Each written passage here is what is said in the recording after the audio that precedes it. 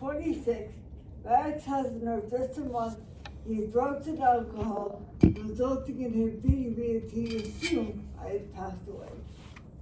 During his incarceration, he was diagnosed with bipolar disorder. I was in a coma for 10 months. I nearly died several times during that time. I woke up fighting for my life.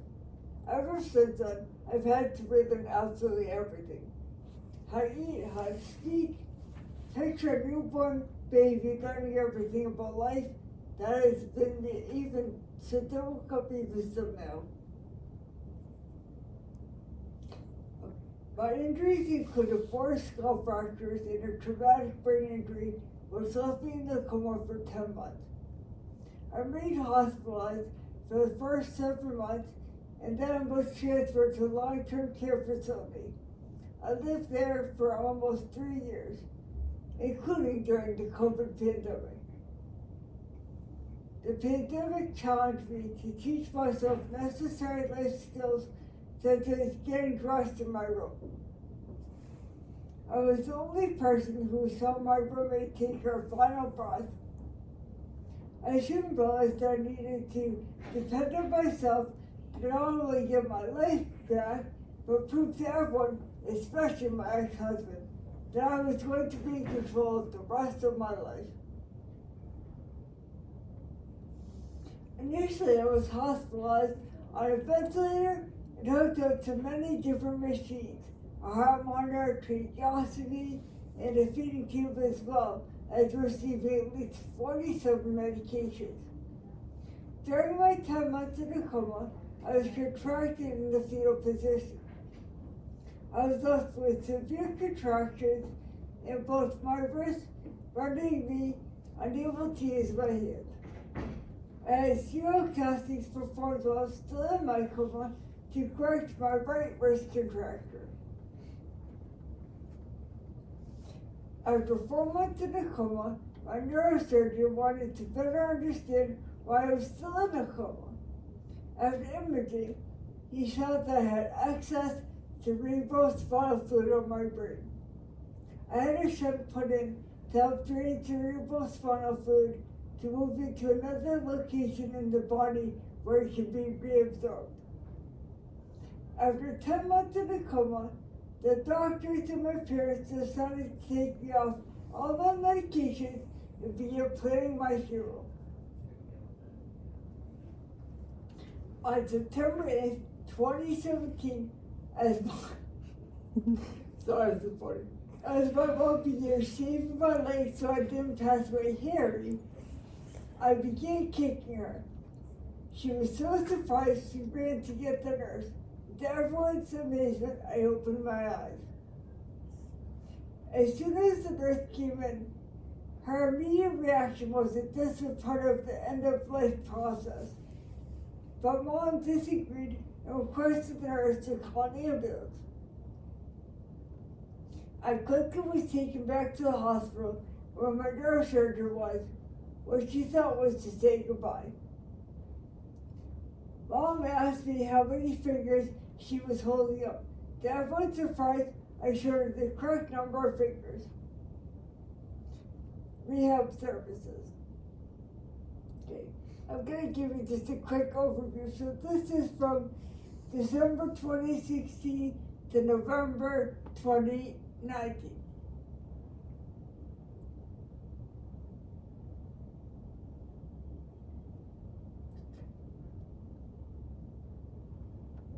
After hospitalization, rehab, and living in a nursing home for 3 years, I decided to go home. Oh, I didn't decide, my mom decided to go. On October 30th, 2020, I finally moved home into my dad's house where he made many adaptations to make it handicap accessible.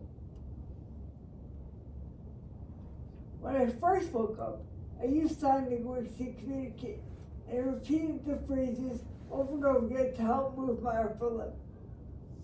I lost my sense of smell, so hearing in my left ear, and had difficulty with my balance. I had to relearn how to speak, eat, think, and even especially remember. For some reason, I can't really remember the last couple of years, but I always remember people and animals. After many years of working with PG, OT, and speech, I eventually accomplished many things, like standing up in the shower, learning how to swim in the pool, and managing my own medication. Right after the incident, it was very hard for staff to care for me. My mom suggested music and my body responded. My body was able to focus on the music while the therapist did their work. In the meditative state, music therapy focused on working on arousal and retaining eye opening. As I progressed, treatment responded to following commands and grip strength. It also was a big thing with memory as well, huge thing. I actually still do music therapy with MedRhythms. They're a neurological music group. In the beginning, the focus of music therapy shifted to more simple attention and memory exercises. I was able to incorporate music into my speech, occupational, and physical therapy services. Since 2021, I have been participating in Project Walk in Stratham, New Hampshire. Project Walk is designed for leading research, training, and state-of-the-art technology to improve mobility of people who have suffered spinal cord injury and other forms of paralysis, including brain injuries. Project Walk has helped me transition from using a wheelchair to now walking with 2 forearm crutches. Overall, it has provided me with the confidence and comfort to be able to continue towards my goals. Okay. Hippotherapy, or equine assisted therapy. In spring 2021, I started attending horseback riding. Hippotherapy at Strongwater Farms is in Tewksbury, Massachusetts. A horse's movement is closely related to the normal gait of a human being, which makes riding a valuable therapy experience for any individuals with conditions that produce ataxia in your arms and legs. It has had numerous benefits for me, including improving my muscle tone and strength, increasing range of motion, endurance, balance, growth, and body motor skills. Speech and language therapy. Over the years, speech therapy has pushed me to work towards goals in speech intelligibility, executive functioning, and memory. Definitely memory. Memory has been one of the largest barriers, but as I have worked on compensatory strategies, my memory has now largely improved. As a creative person, working on executive functioning skills in sessions has provided me with tools to use in my personal interests. In the beginning stages, speech therapy focused mostly on dysphagia. It has helped me now be able to consume a regular thin diet. Yay, food! Yay! I can't tell you how terrible it's what I could eat. I bet. Okay, who I am today. I am an independent woman who does almost everything for myself. My biggest barrier for me is that I'm not driving. I am a creative person. I often write poetry, work on my novel, paint, and listen to music. I published a book of my own poetry and photography in 2020. It is available on Amazon and BookBaby. It is called Nova Sky. I am a hard worker. Each day I challenge myself to be the best new version in my life. My favorite color is orange. Sun's an orange to be particular. I absolutely loved hiking before, and I love spending time in nature. I have quite a few goals for myself. My biggest goal is to walk without the forearm crutches. Living independently, and I would love to go on a hike again. And then also finishing and publishing my book I'm working on with my story. Moving forward, I want to tell my story and be an advocate for domestic violence awareness. There must be a reason that I am still alive and being all of the odds. I support all domestic violence associations and I spoke on behalf of one in Concord, Massachusetts. I do have a little advice for healthcare workers. Reflect on your own life. It's important to understand your own troubles and how you overcame them in order to provide equitable services to those in need. For example, when I was learning to use the bathroom, CNAs were extremely unkind and they would not actually provide assistance, really. Empathize. To empathize with someone else is defined as to understand and share the feelings of another. The moments where healthcare workers lacked empathy towards me were some of the most isolating moments. And my word of advice, never give up. It doesn't matter what path you come across, you have to keep trying. Yay! Yay. So my first question to set us off is, so you've been, to my knowledge, you've been working with Jamie at Whittier for almost, it's been about 4 years now. Can you share why working on this slideshow or your presentation with me, we've been working on it every week since January till today, so this is a very big deal for us. Why was this your goal for the semester? Well, number one, I want to share my story, and two, I want to build confidence in my own story. Thank you.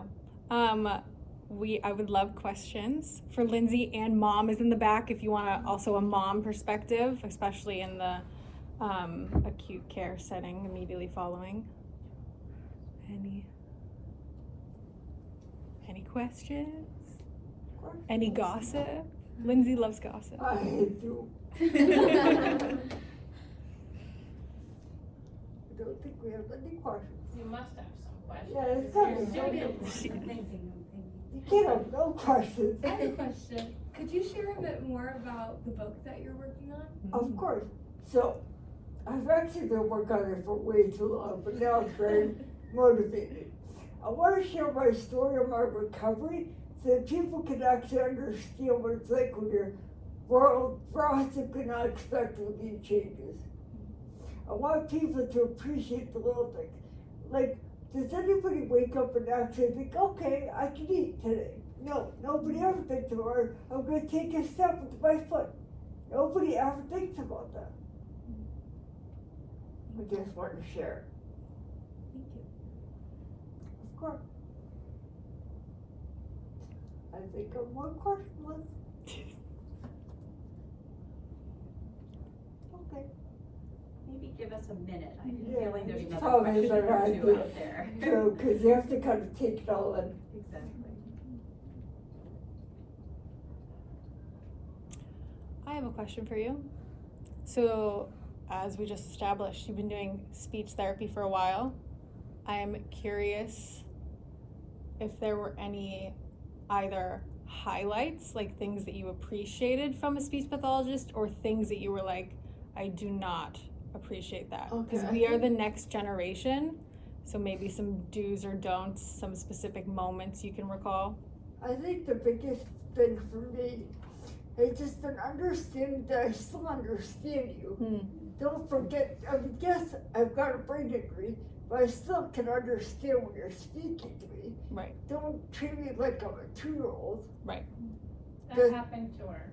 Yeah. So when she was transferred to Life Care from Spalding, she was assigned a seasoned speech therapist. And that speech therapist wouldn't talk to her.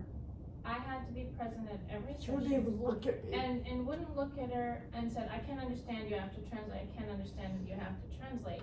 And treated her like she wasn't there.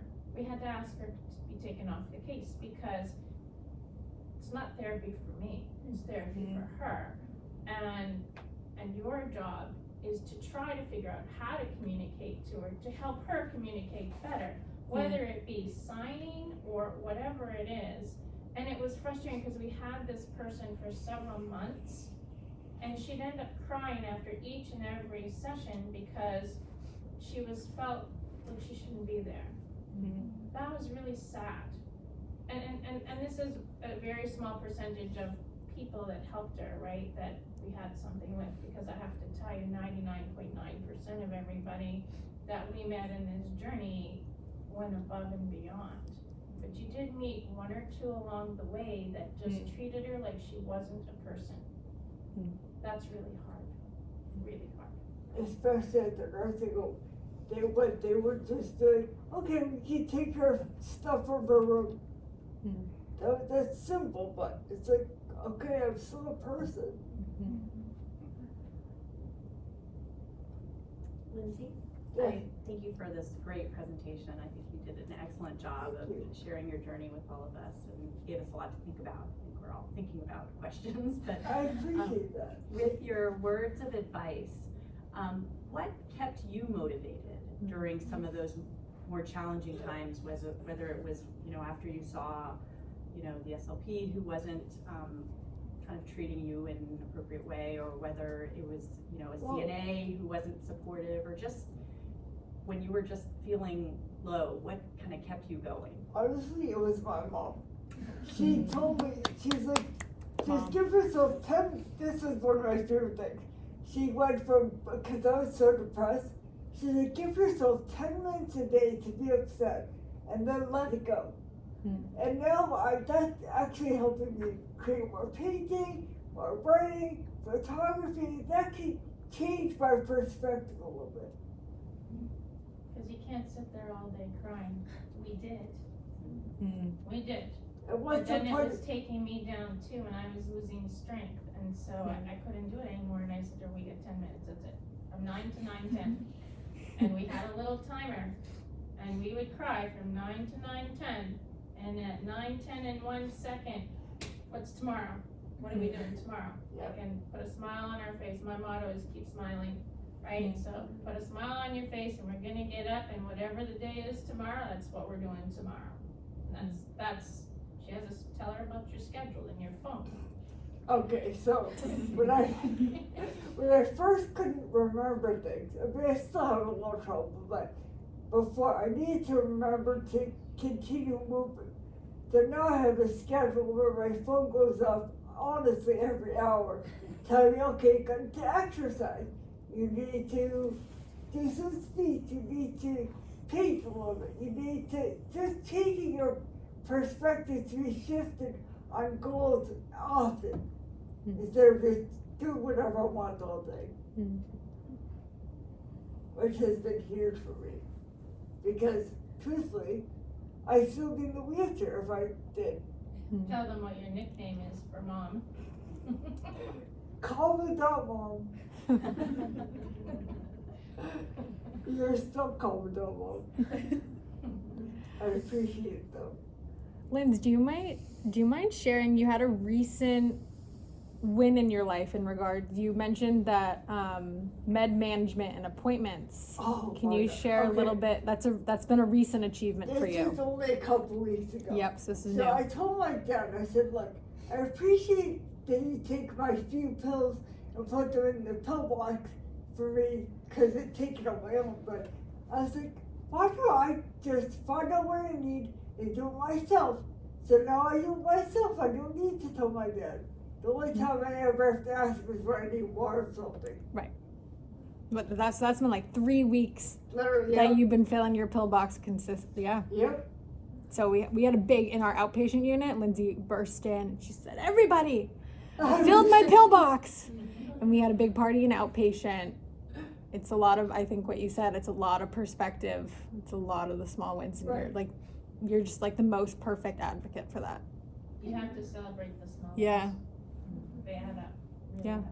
That's why even now, I look at the grocery list and I put things on it, because I can't just rely on people that get their own stuff. Right. I wanna get stuff too. Good. She can't see so far, so when you put your hands up, Oh, just tell her. Yeah, Oh, Lindsay. sorry. Yeah, just Hi, I have shout a out. question. Yeah. You mentioned some of those nice additional therapies like the equine therapy Yeah, and the music therapy. I'm wondering if somebody else in your care journey recommended them to you, or if those are things you found Oh, on your own, or good how you got question. So- connected.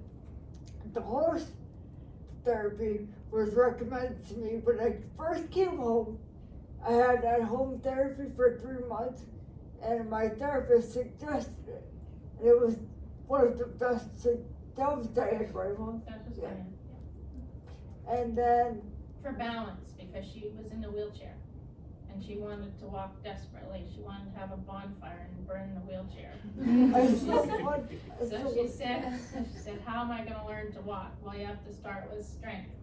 And so it's 4 miles, she splits her time between her dad and I, so it's 4 miles from her dad's house. So when she's at her dad's house, it's down the street, she goes once a week for horseback riding. and it's the best. And it used to be, they wheelchair up onto the ramp, they load her onto the thing, there are people on all sides of her. Now she can go up herself, get onto the horse, and now you're even trotting, right? Yep, You're even I love trotting. it. Yeah. I feel like, yeah, I've graduated. And then Med Rhythms was, you found music, you found it when I was at Spalding, right?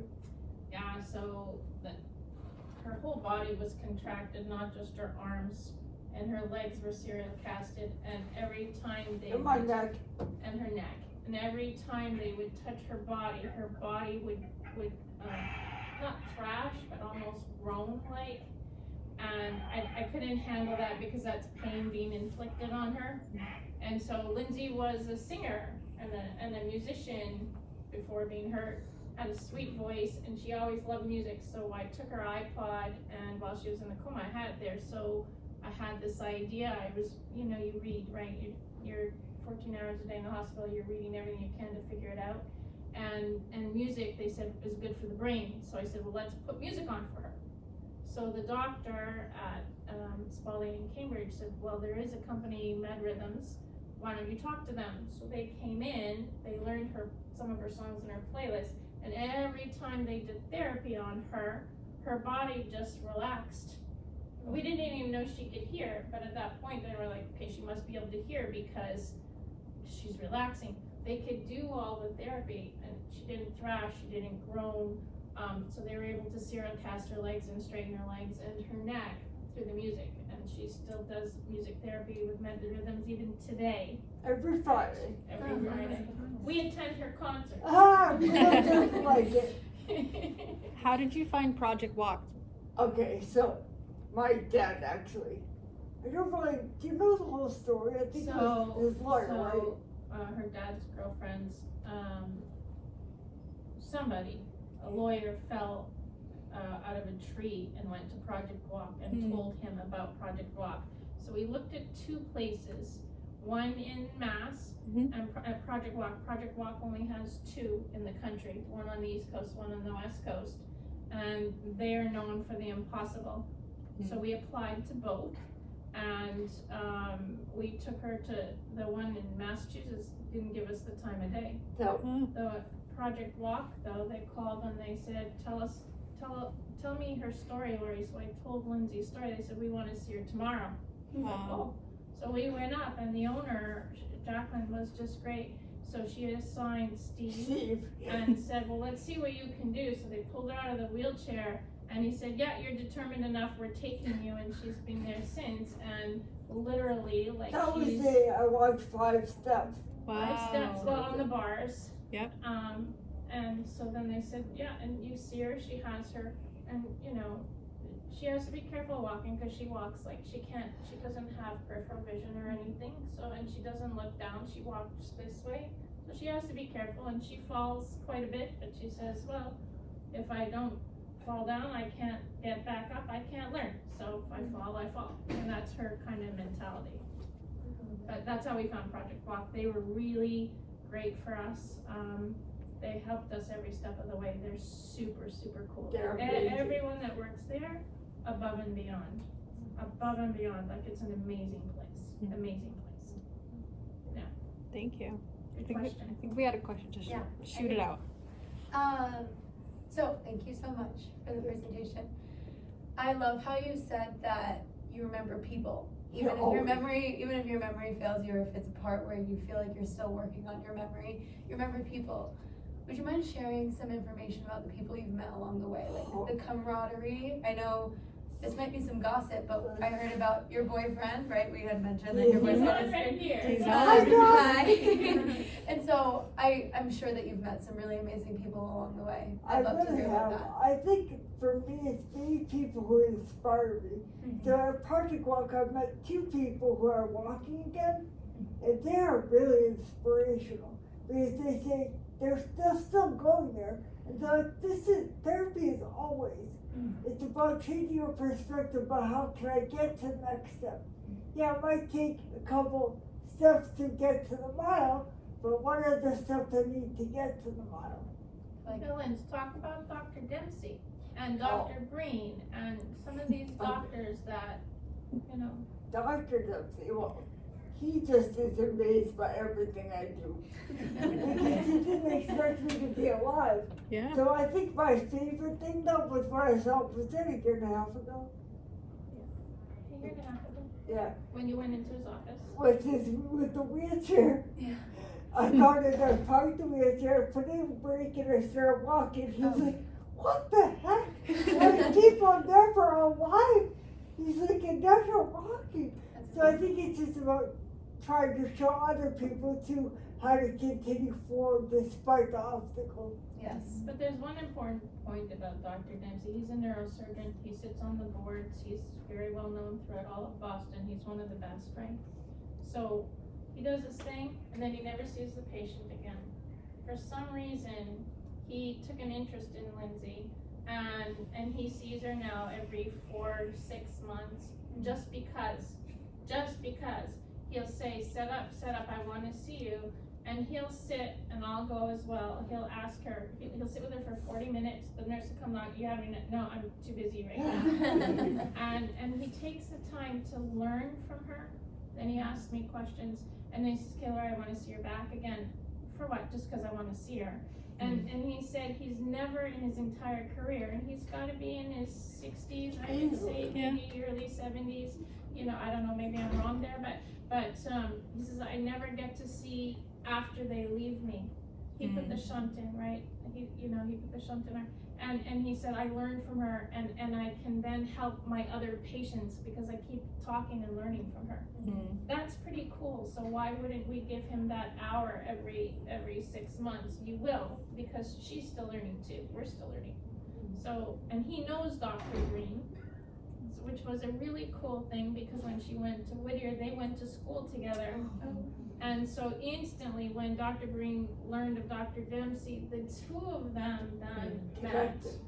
That doesn't happen very often either. Yeah. These are people that are instrumental in her journey, that without them I'm not sure she'd be exactly where she's at. So when you get doctors like that, or CNAs, or speech therapists, or nurses, or whatever, and they stay the course with you, that's where the impact is.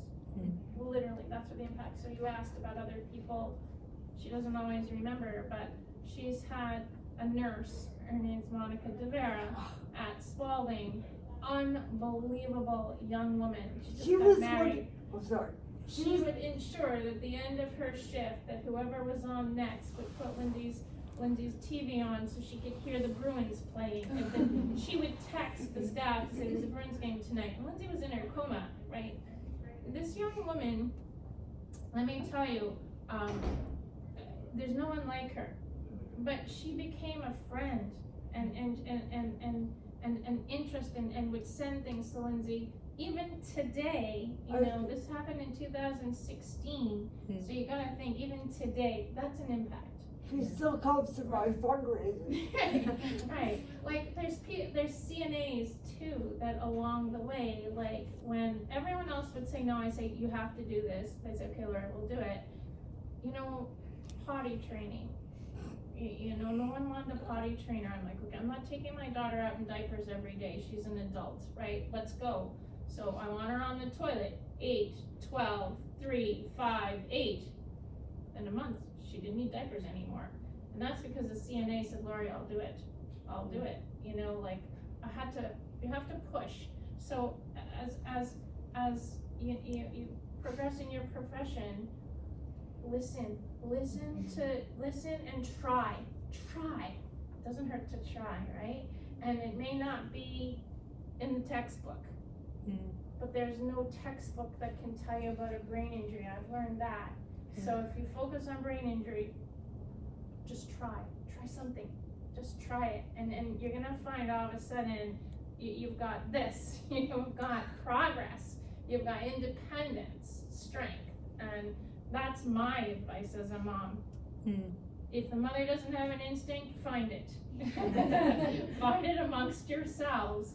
We're grateful, right? So I don't know if that helps you a little bit with people along the way. There are some that just stand out for us, you know, that just, you're seeing right there too, you've been with her since January, and she tells me all the time, like it's, those are the ones you count on, cause I'm not trained, you know, I sat there for like I said, 14 hours a day for 10 months, I'd see what you do, and then I'd copy it, and I'd just copy it, you know, but that's, I just copied, I'm a copycat. You've got some expertise now. Yes, you You're an are. expert too now. Expert copycat. But so many people just make a difference. Thank you. And everyone abandons you, eh? She has 2 or 3 friends left in I her have life. to, when I used to have a bazillion. They all sit there in the room while she's in her coma. We're gonna be there. I said, you don't need to be here now, you need to be there when she wakes up. She wakes up, she's a different person. They all left. I think my least favorite was when I was at Life Care, and my friend drove up from Connecticut. He goes, oh, I just gotta go to the bathroom. Yeah, he never came back. Like, why can't you just tell me you're not comfortable? She's different, but she's still here. She still has her inner, she's still there. Right? I'm still the same person, just a little different. Lindsay 2.0. Ex- That's That's what what we we say at Whittier. That's what we say with Lindsay. That's what in my book I'm writing, yeah, still 2.0. Yeah, can you explain the?